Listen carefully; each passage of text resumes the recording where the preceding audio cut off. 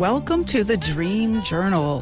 From the studios of KSQD in Santa Cruz, the Dream Journal is a weekly show where we explore the power of nighttime dreams through conversations with dream experts and with listeners like you.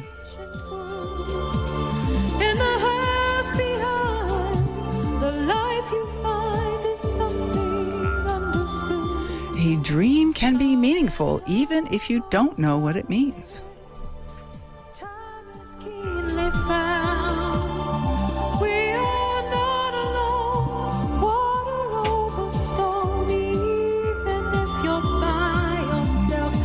Today's music is Aqua Terrennial.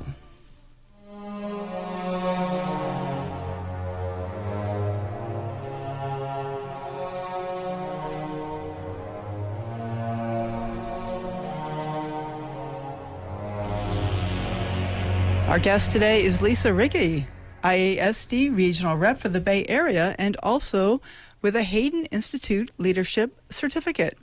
We'll be talking about collaging and also about IASD versus Haden Dreamwork approaches and whatever else we feel like talking about. All right. I have the pleasure of having Lisa in the studio with me right now. I am your host, Catherine Bell of Experiential Dreamwork, and welcome to the Dream Journal. I have been recording my dreams because of the Holy Nights, which we heard about recently in a recent episode, and boy, I've been having a lot of dreams. My goodness, I can't even begin. Just a reminder that we are now in the Holy Nights, and so these are dreams that might be more important than dreams at other times of the year. Welcome, Lisa. Thank you so much for coming on the show, and especially thanks for braving the traffic on 17 to come down to the station. Well, thank you so much for having me this morning. Excellent. So Lisa Rigge has been involved with Dreamwork for over 20 years.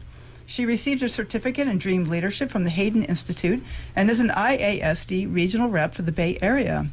She loves teaching about Dreamwork and using collage and poetry to express a dream's essence and to gain new insights. And you can see her webpage, which shows a lot of her art, collaging and photography, on lisarigge.com. Lisa and then RIGGE.com. So Lisa, so good to have you on the show.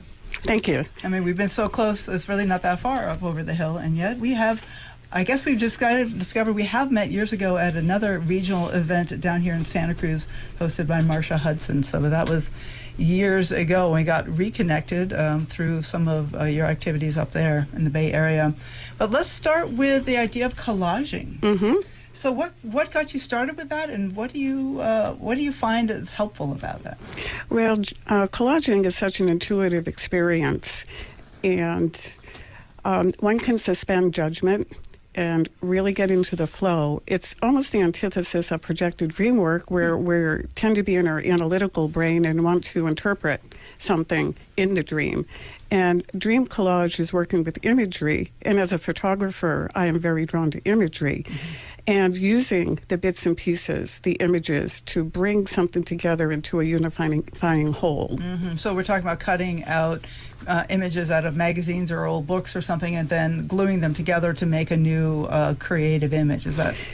Yeah, that's pretty much it. Mm-hmm. And anyone can do collage work. You don't need to be skilled. I have had students come in and they've never done a collage, and I hand them a glue stick and a pair of scissors or tell them to tear the paper, and they go at it. And you can also have artists that use collage in their paintings. So it's for all skill levels and easily accessible for people. Okay, and so if I say I have a dream I'm curious about and I want to explore it through collage, how would I begin? Well, in my little group, we'd all share the dream first, and then figure out what images one wants to work with. If one wants to work with an image, say you dream about a car, you may want to start flipping through magazines looking for a car. Mm-hmm. If you don't have a particular image to explore, you can start with a color or a feeling. Mm-hmm. And you don't think when you're trying to choose the images. You really let your intuition take hold of you. And if an image resonates with you, whether it's a positive resonation or a negative one, take it and put it aside to work with, because you really don't have any idea where your collage is going to end up. It's all process. Mm-hmm, mm-hmm. Okay. All right, and so maybe do you want to give an example? You shared some collaging images with me, and I've already shared them on social media with my listeners.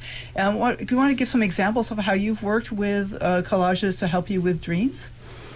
Personal experience? Or with other people in your groups, whichever you're okay. comfortable. Oh, sure. When we get, I think what's real important about the process itself is that it's very contemplative. Mm-hmm. And like I said, you don't know where the collage is going to take you, so you really depend on your intuition. Sharon Bassano from IASD first introduced me to collage, and she said, let your eyes in hand place the image or tear the shape.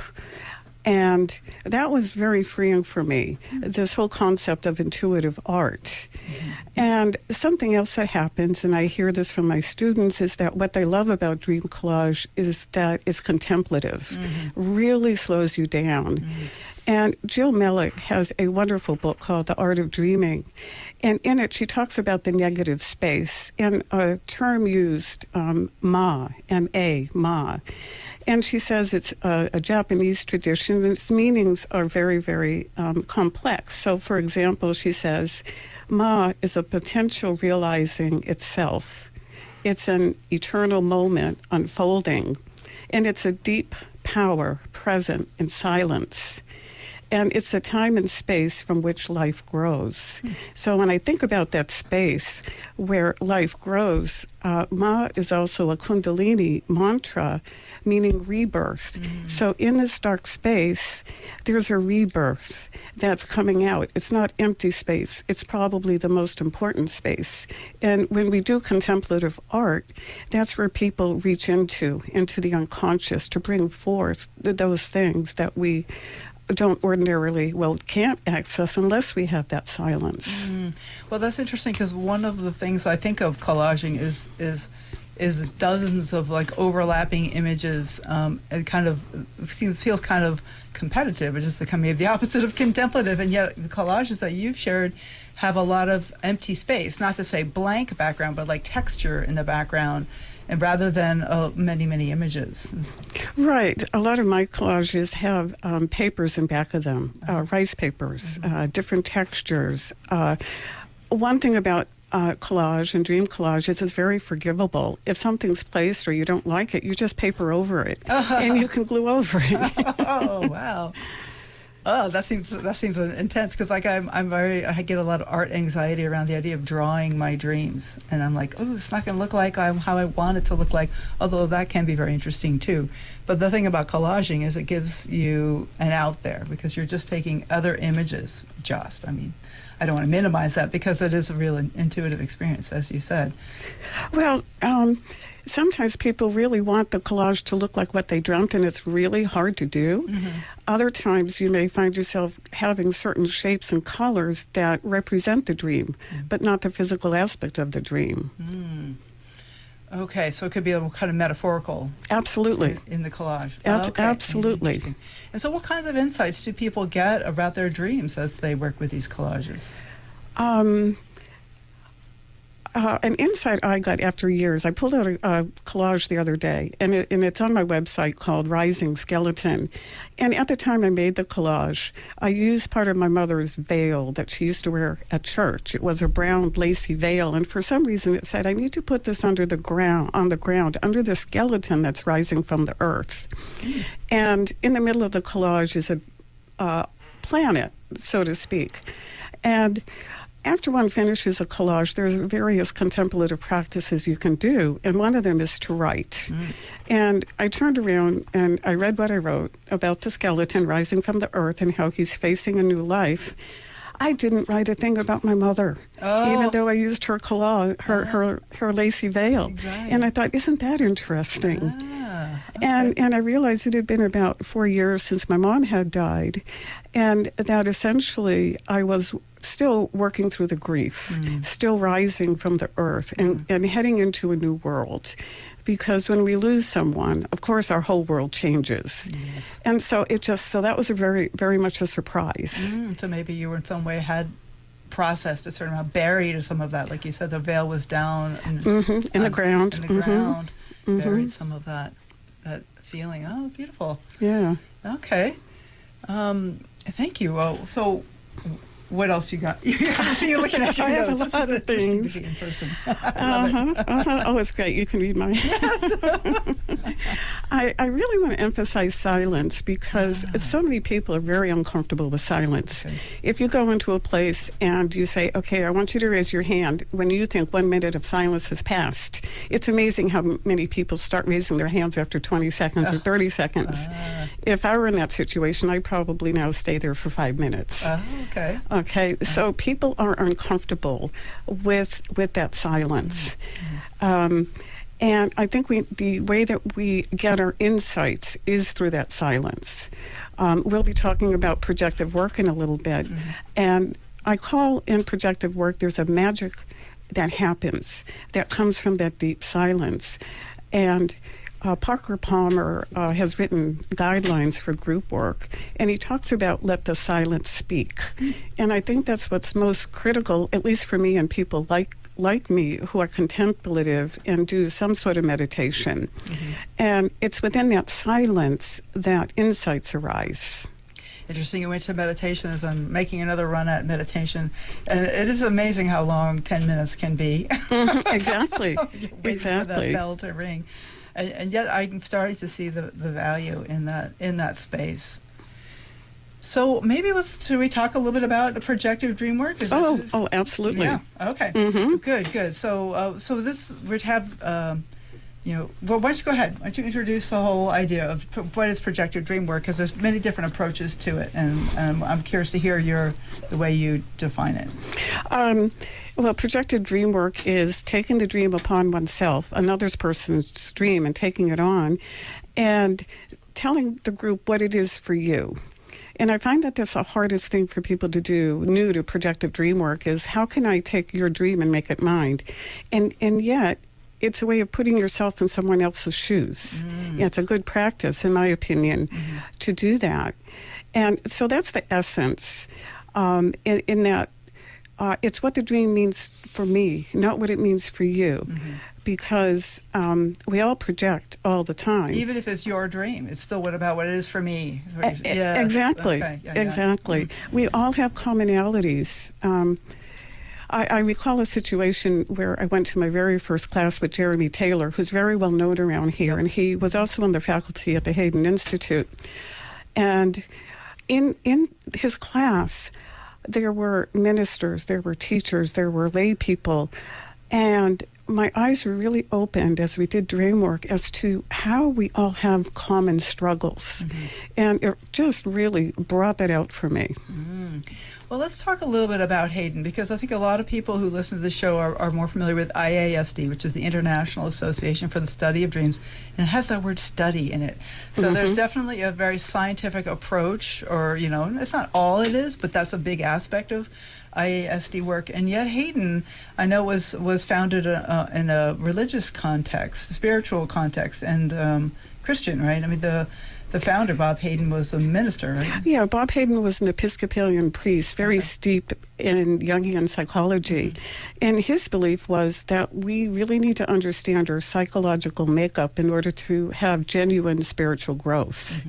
And on the staff were Episcopalian ministers who were also Jungian analysts.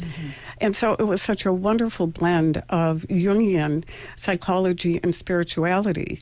And I wouldn't call, it's a Christian, but it's not. Anyone is welcome. Okay. Buddhists could be there. Atheists can be there. Yeah, spirituality. If you look at the definition of spirituality in that we want to connect to a source higher than ourselves, it doesn't matter what that higher source is. Thank you for that correction. Yes, because he was very, even although he himself was a Christian, he was seems to have been created this institute that's very open to all kinds of spirituality. It is, and I will tell you that before I decided to join the program in 2008, I went to the Summer Dream Conference. Today it's the Summer and Spirituality Dream Conference. And I told my husband I need to do this because if it's fundamental, I'm coming home. And the first lecture was on a Friday night. And it was about the Book of Revelations. And I went, and Bob Haden was giving the lecture on it. And I said, oh, no. But I sat through it. Well, he gave it with the Jungian side, with the Jungian framing. And it's like, this is for me. I get it. I mean, there's a lot of archetypal imagery in all of the Bible and all of the religious traditions, really. Exactly. So I guess that's the idea of the archetypal imagery that's in common in all the different traditions. Right. And now to get back to the projective group work, because there is a main distinction between how Haden trains us and how we do pretty much here on the West Coast, how we do our own form of projective dream work. And there's a lot of similarities as well. But one always starts in a circle and has some sort of a check-in. And then the dreamer is chosen. And with the Haden, the way I was trained was when the dreamer tells the dream for the first time, we all close our eyes and listen, contemplation. Right. Okay? Even if we have a copy of the dream that the dreamer handed out, which we do a lot here. It's easier to read. Right. And so the dreamer tells the dream. And then after the dream is told, she or he tells the dream again. And this time we can take notes if we want. And what I love about the retelling of a dream is there's always more information.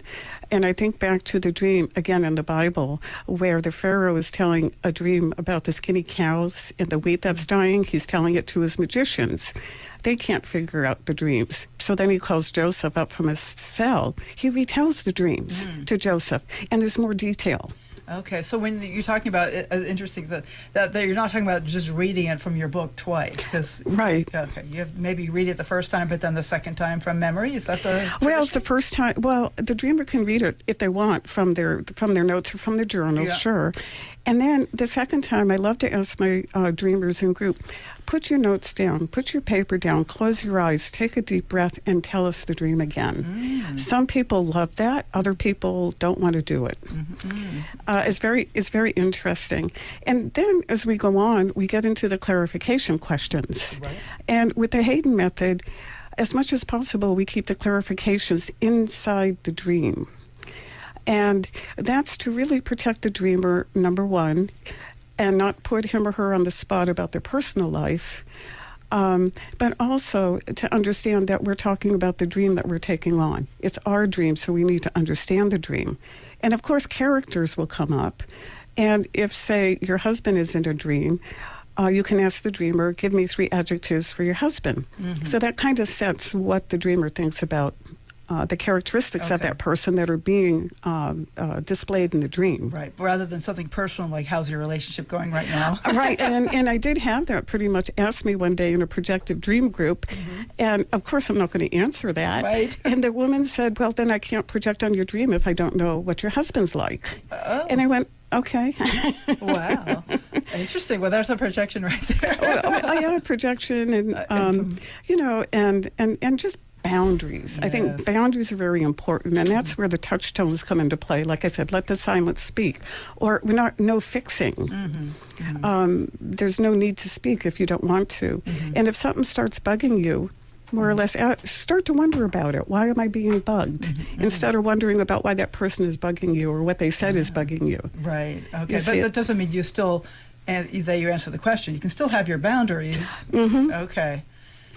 And speaking of boundaries, so once the dreamer has answered all the clarification questions, we ask if the dreamer would like to retell the dream again for a third time. So by the time we project on the dream, we've heard it 3 times. So you have the dreamer tells the dream once, the dreamer tells it a second time, preferably from memory, then the clarification questions are asked, and then the dreamer can tell it a third time. Am I getting that right? Okay. Exactly. Okay. And then the dreamer hands the dream to the group and turns their chair around. Turns their chair around. Or if you're on Zoom, you can just turn off your video. Okay. Oh. And that is really to put up safety for the dreamer, and especially for new dreamers, because they're so self-conscious anyway. And we want to, the other part is that we don't want to look at the dreamer to see if what we're saying they're getting an aha. Right, I know. You're sneaking a peek. Are they? Sneaking a peek, and if I'm getting a negative or a positive reaction, I'm going to respond to that, even unconsciously. Oh, interesting. Okay. And it really then does, really, in my word, force the dreamer to take that dream as if it were their own. And of course, we use the same verbiage in my dream or if it were my dream. Right. Okay. When we project on that. Okay. And then after that, and this is where, again, silence, let the silence speak. And there seems to come a time when everyone's finished projecting, right? Don't stop the dream group then. Let the silence speak. Let it keep going. And of course, like we said, people are very uncomfortable with this. But then a projection comes up that has, more often than not, in my experience, taken that dream exploration to a deeper level. I mean, it's amazing what will come out of that silence, that will come out of that potential, that will come out of that negative space. Interesting. Okay. Let the silence speak. Okay. And so, but all this time, the dreamer is not in the circle, so to speak. Either their chair is turned around or their camera's off. Presumably they're taking notes if they want to. They absolutely are. Okay. Yes. Yeah. So they're going through whatever they're going through. Right. And Bob would say, well, let whatever doesn't work just slide off you and pay attention to the ahas, which is your responses. Could be a physical response, a mental memory coming up. Yeah, that fits. And if it doesn't fit, that's okay. It fits for the person projecting, which is the point of projective dream work. Right. Okay. Yes, and so it's not all for the dreamer, it's also for the participants in the group and to get their own information. Exactly, to get their own interpretation, explore their own feelings and situations, relationships, and that kind of dream work. Right, well, that woman who said that she couldn't interpret the dream unless she had, or couldn't project on the dream unless she knew what your relationship with her husband was like, makes me think, well, what's her relationship with her husband, or if she or with her partner, or if she even has a partner, you know, like her relationship to relationship. It's like that's very telling right there. Yeah, it very well could be. Yeah. Okay. Yeah. So then, when all the projections are done, we invite the dreamer back in, and he or she has their say about what resonated with them, what didn't, what they learned, for however long they want. And then before we close the dream group, the question is asked of the people in the group, what resonated most with you from the dream? And we go around one by one and say what resonated most. And that brings the dream back into each person and the attention off the dreamer. Okay, so the dreamer has their say, but then you go back to the participants and they each say one thing, whatever was the most resonant for them. Okay. Oh, interesting. And then this is just a detail where I was struck in the Haden method is the candle. Start at the beginning with a lit candle and then blow it out at the end. So you have a sacred space. And that's just something we used to do kind of intuitively in a dream group I was in the 90s, is we always got in a circle and we lit the candle and then at the end we'd blow it out. And I hadn't seen that again until I connected with Haden, because I attended one of the Haden summer conferences online several years ago and did one of their dream groups and was struck by similarities but also differences. So it's really great to delineate the process of how they would do a projective dream circle. Haden would call that a safe container, or if you're a spiritual director, a safe container to hold that dream. And of course, confidentiality meant a lot. Yeah. And then one of my dream groups, we start with a 5-minute meditation. Oh, nice. With Jeremey, we used to hold hands. The thumbs had to be facing in the right direction so that the energy went around the thumbs. Yeah, watch those thumbs. Yeah, watch those thumbs. Everybody has a little different approach to things, but the intention is to set that safe container. Exactly. Yeah. Exactly. And when I'm not a therapist, most people in dream groups are not therapists, and so if something in the projective work deeply touched a person, there's therapy for them. I've never had that happen or had to ask someone to think about going to therapy, because I think the projective work keeps those safe boundaries for people. But I want to make that clear for us. We're not trying to, again, fix the person. That's not our job. No, and nor is a human being fixable. I think we just are what we are, and we're growing as we're growing. Well, what goes along with that is giving advice. We're not there to give advice.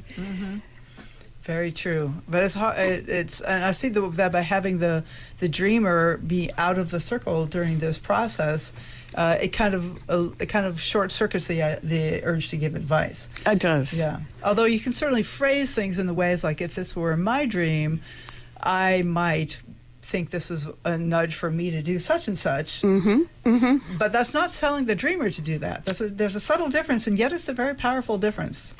Yeah, the projective dream work has a lot of subtleties, and yet there's a lot of power in the process. Yeah.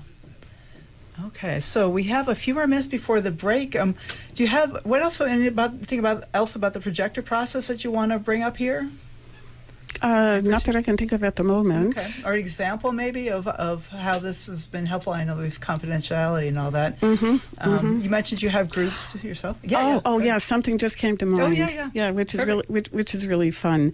A lot of times I like to explore either in collage or in projective group the idioms and the metaphors in dreams. I just want to share a story. Please. A little one. I once dreamt of a swallowtail butterfly, and it was in my projective dream group. And as we're working the dream, one of the persons says, well, Lisa, it's a compound word. There's a swallow and there's a tail. Have you swallowed a tail recently? And T-A-L-E. absolutely I had. I won't share what the tail was, but absolutely I had actually literally swallowed a tail just a few days before. So I never want to overlook the metaphors because, as we know, there's so many layers and more layers and more layers to dreams. Right. When you said compound word, I immediately went to butter and fly. I'm like thinking about yeah, butter and fly. Butter and fly, right. But swallowtail. Okay, yes. Right, and what a gentle way of saying that for the dream, because swallowing a tail could be something really embarrassing. Like, I can't believe I bought that. I can't believe And yet this butterfly is such a gentle image. So thank you to the dream world for being so kind to us. Exactly. Okay, I love that. So this is Lisa Rigge, and we are talking about collaging and projected dream work, and also about Haden and IASD. And when we come back after the break, we're going to talk a little bit more about the conversation about dreaming and why maybe it's so rare for people to even begin the conversation about dreaming, and yet how valuable that is. And how that can help us form connections. So we are broadcast live from the KSQD studios in Santa Cruz and co-broadcast live in San Jose by KCXU. And Lisa's webpage is also lisarigge.com, Lisa and then RIGGE.com. We'll be right back.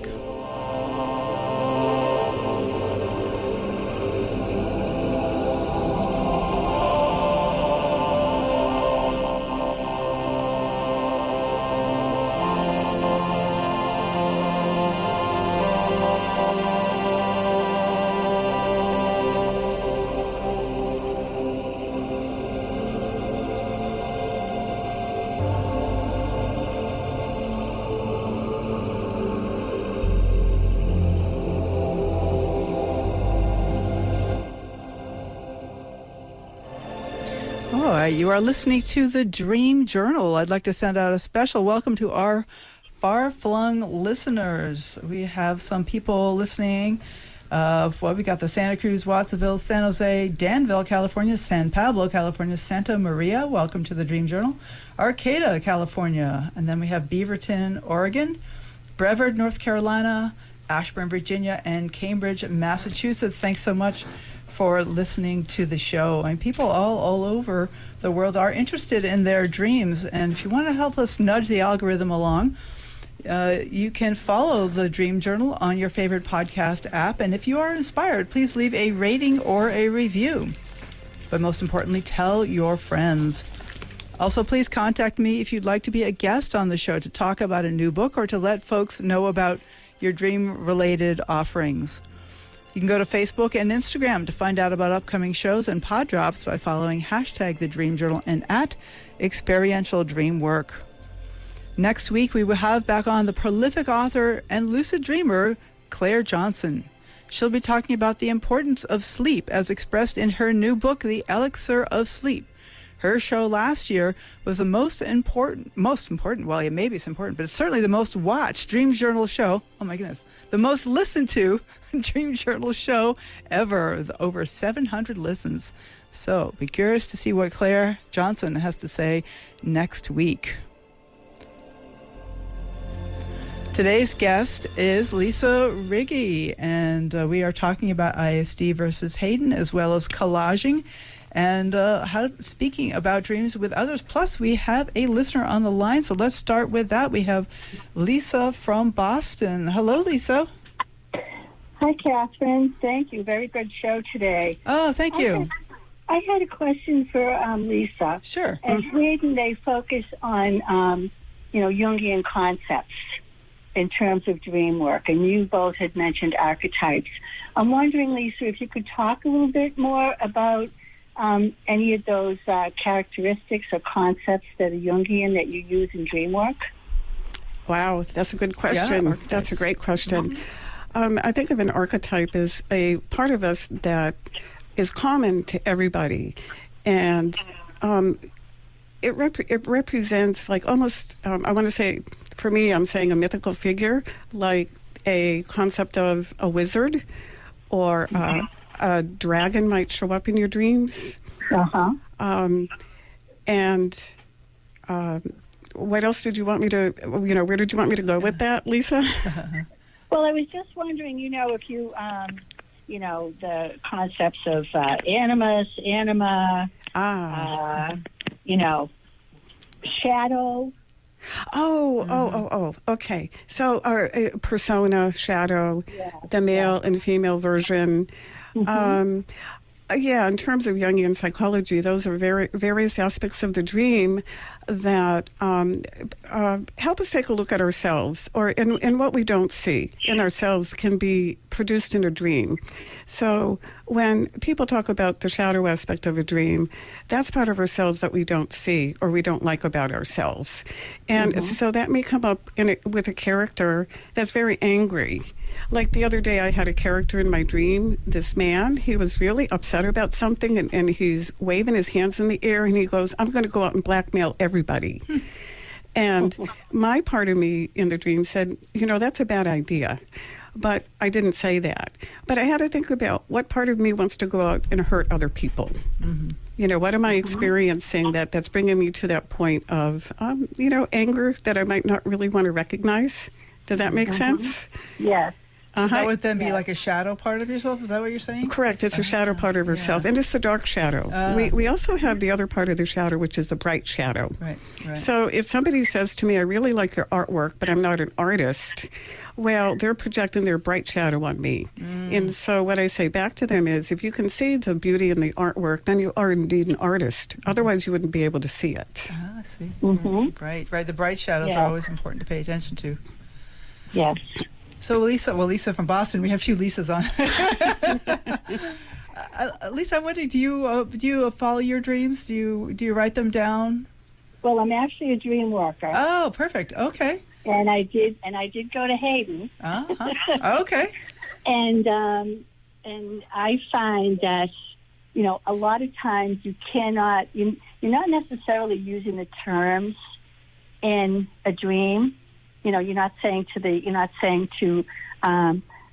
working one-on-one with somebody, well, is that your shadow, or is that, It is helpful, though, to know the concepts that you're working with, and I just find them really, it's just a stepping off point.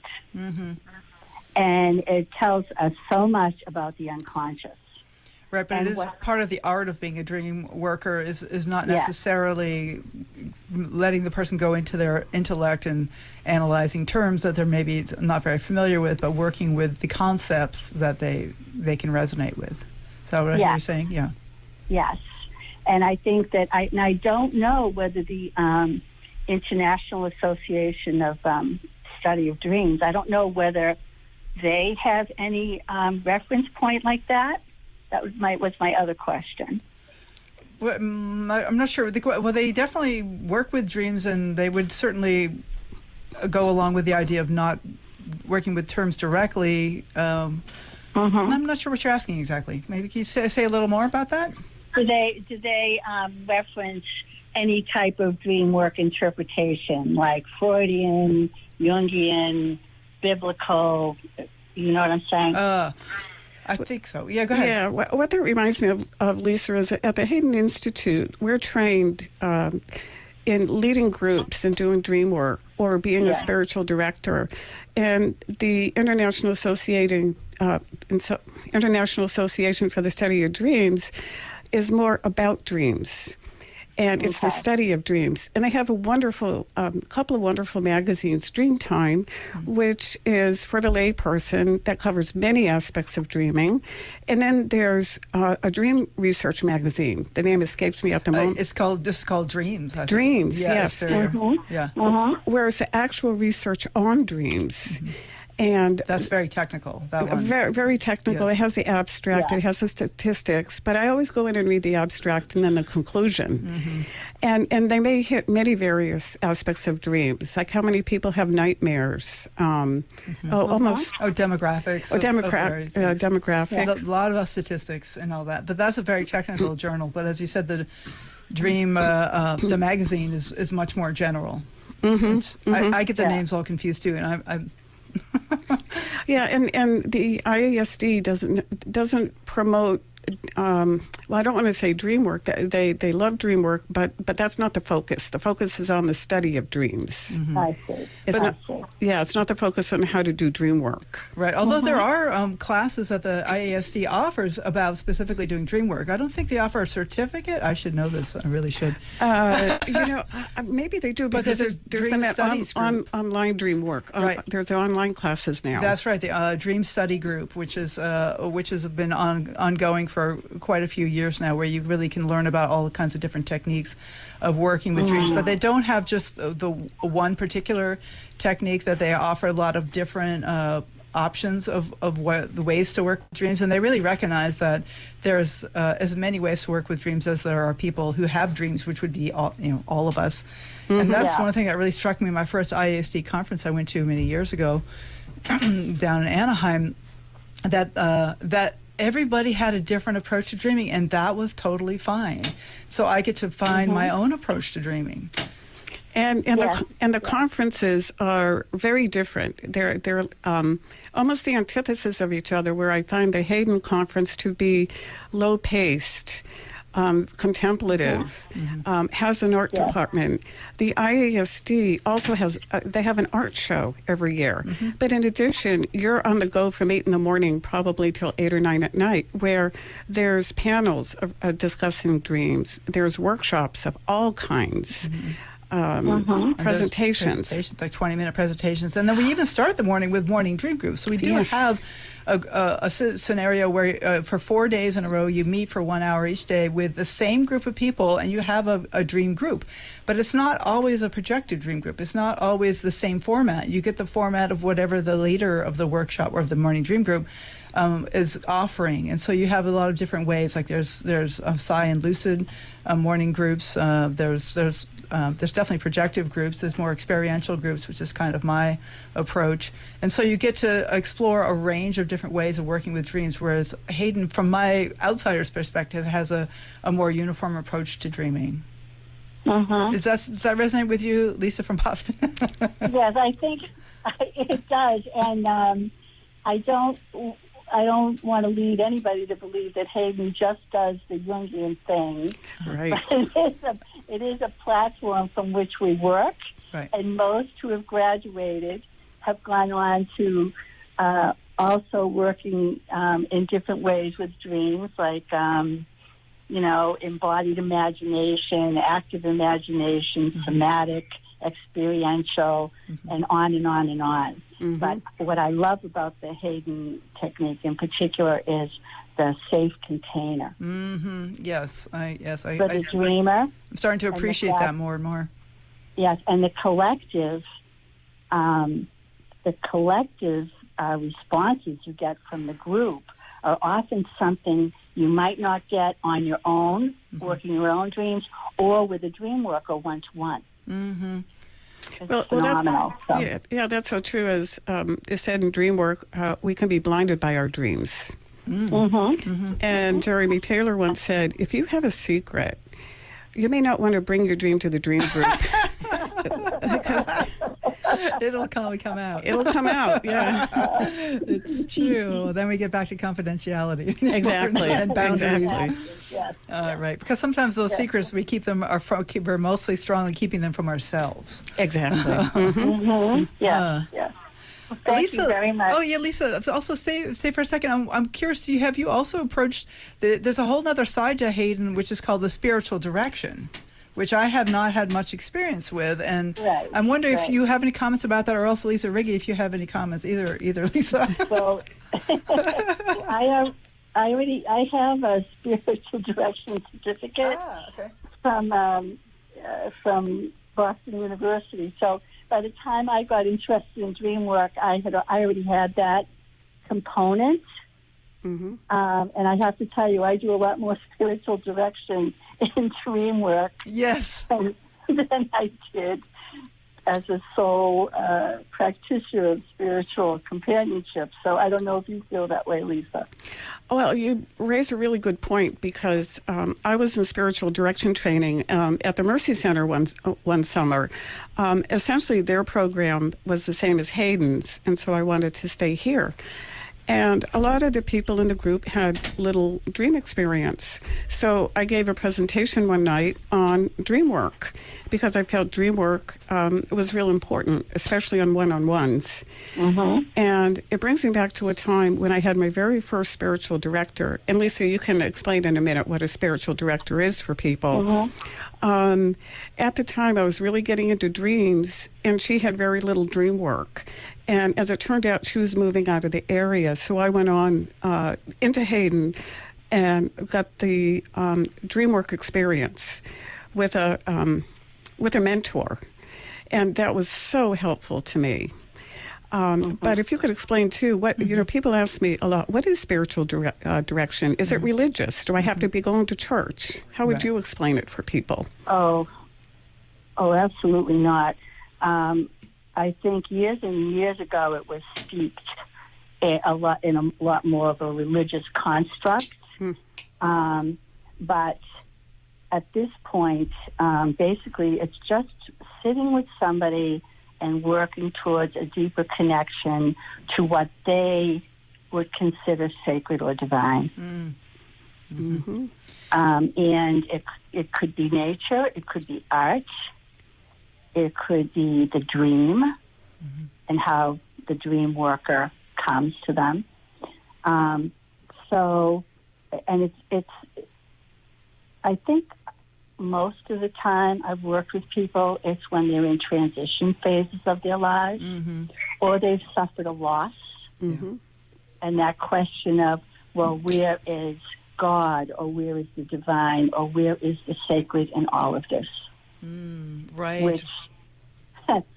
Which nobody can really answer, but it does help to sit with somebody who's walked the road and can walk the road with you and companion. So at this point, I like the word companion versus director, because director means I'm going to direct you, I'm going to show you, tell you, versus fix you, versus I'm going to walk the path with you. Spiritual companion. I love that. Yeah. Right. That reminds me quite a bit of the IASD ethics statement, which always sounds very dry. But the essence of the ethics statement is that the dreamer is the one who knows what their dream means. And it's solely, so that sounds like what you're talking about, spirituality. It's like the person is the one who knows what their spirituality is. And you don't have to, we don't want to put our ideas onto them, but just find out what their ideas are and let them explore that. Right, explore and build a connection. Yes. Well, and that to me is the most important word in this whole conversation is connection. Connection and to go deep. A lot of people need to know that somebody understands them, and they might not necessarily know how to get there. And I think both Dreamwork and spiritual direction bring us to that place of a really deep connection. And it's in difficult times, I think, that people turn to spiritual direction when they need that companion in that person. And it's incredible the number of connections that can be made with oneself, with another person. It builds trust, it builds intimacy. And I think it's shown that Dreamwork itself increases our compassion in the world. Mm-hmm. That's true. They've actually done some studies on this. Mark Blagrove and others have actually done research to prove what intuitively makes sense is that sharing dreams and sharing these intimate experiences and sharing, I would add, sharing spirituality with others is, as long as there's an open listening, that can happen, and acceptance can really increase our connection, empathy, and compassion. And there's a saying, I think that Bob used to have, that when two or more people get together to study dreams, the divine archetype is activated. Oh, that's great. That sounds right to me. Yes. Yes. Yes. Mm-hmm. Lisa, thank you so much for calling in. I really love this conversation. I personally would love to get a little more involved with Haden. I think that these two organizations have a lot in common and have a lot they could really offer each other. So it was great to talk to you. Lisa, maybe we can get in touch after the show. I bet our Lisa Rigge can get us in touch with each other. Hey, thank you, Lisa. Good to hear from you. Thank you very much.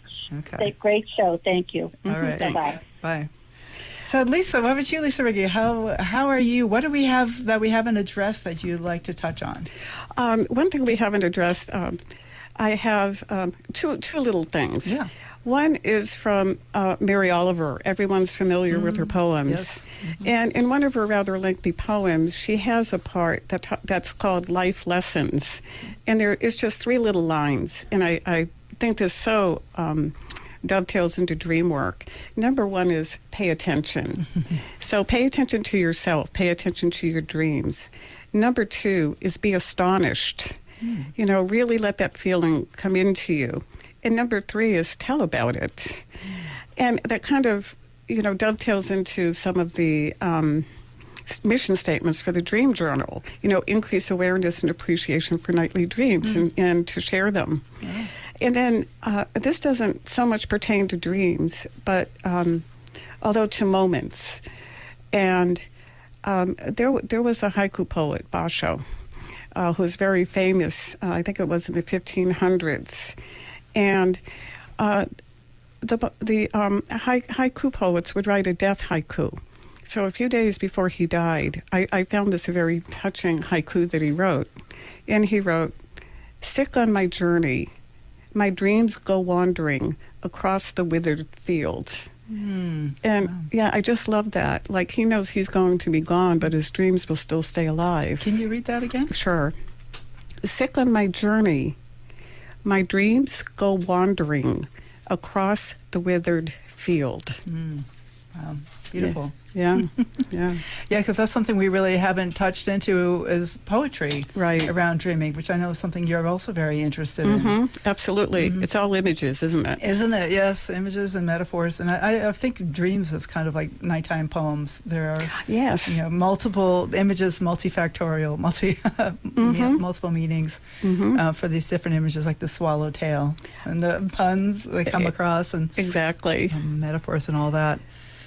So Lisa, how can folks get in touch with you if I think that the best way to get in touch with me is a simple email. Okay. And I think that's on the Dream Journal, but it's L, B as in boy, R, I, G, S, 202 at gmail.com.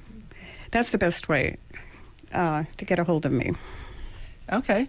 That's great. And I know you're also the regional representative for the Bay Area, and so you seem to have a bit of a email list going there. If you have people, do you have like a way people can contact you if they want to join the regional group up there? That would be great. Yeah. Yes, I can use the same email address for that. And what I'm trying to do in my role is to connect people.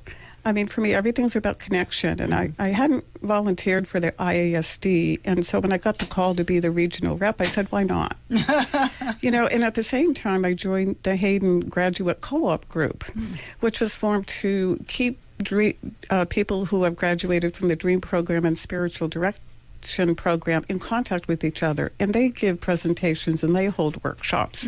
So it's kind of a blend where I'm hoping people will learn more about the other organization, and if they have presentations they want to give or go to each other's conferences, they can start to do them.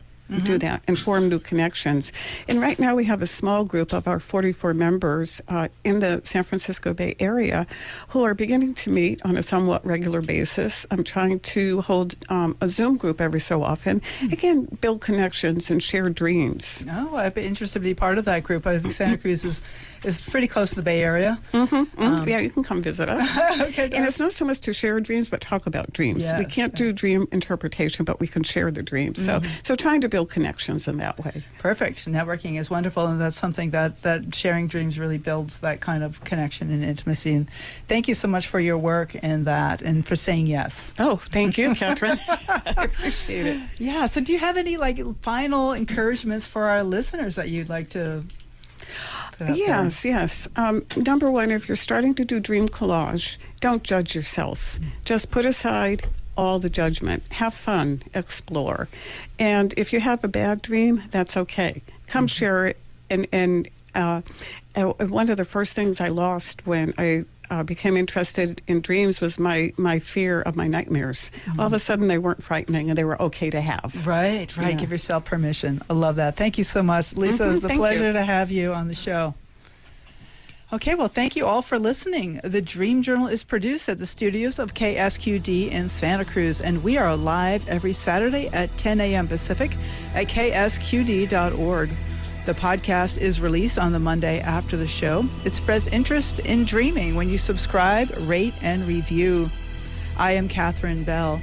Find out about my dream coaching practice at experientialdreamwork.com and email me at catherine@ksqd.org. That's KATHERINE@ksqd.org. Follow Experiential Dreamwork and hashtag the Dream Journal on Facebook and Instagram to find out about upcoming shows. I'd like to thank Rick Cleffel, engineer and music creator. You can find the ambient music at pandemia.com. Thank you for audio editing by Suki Wessling. Phones by Tony Russimano and Eric Nelson. Intro and outro pieces are both by Mood Science. And tomorrow morning when you wake up, take a minute to write down your dream and bring it to the next Dream Journal. Okay. Had an old thought in the old town, waking up, feeling down, was what I learned in the old school. There's no fool like an old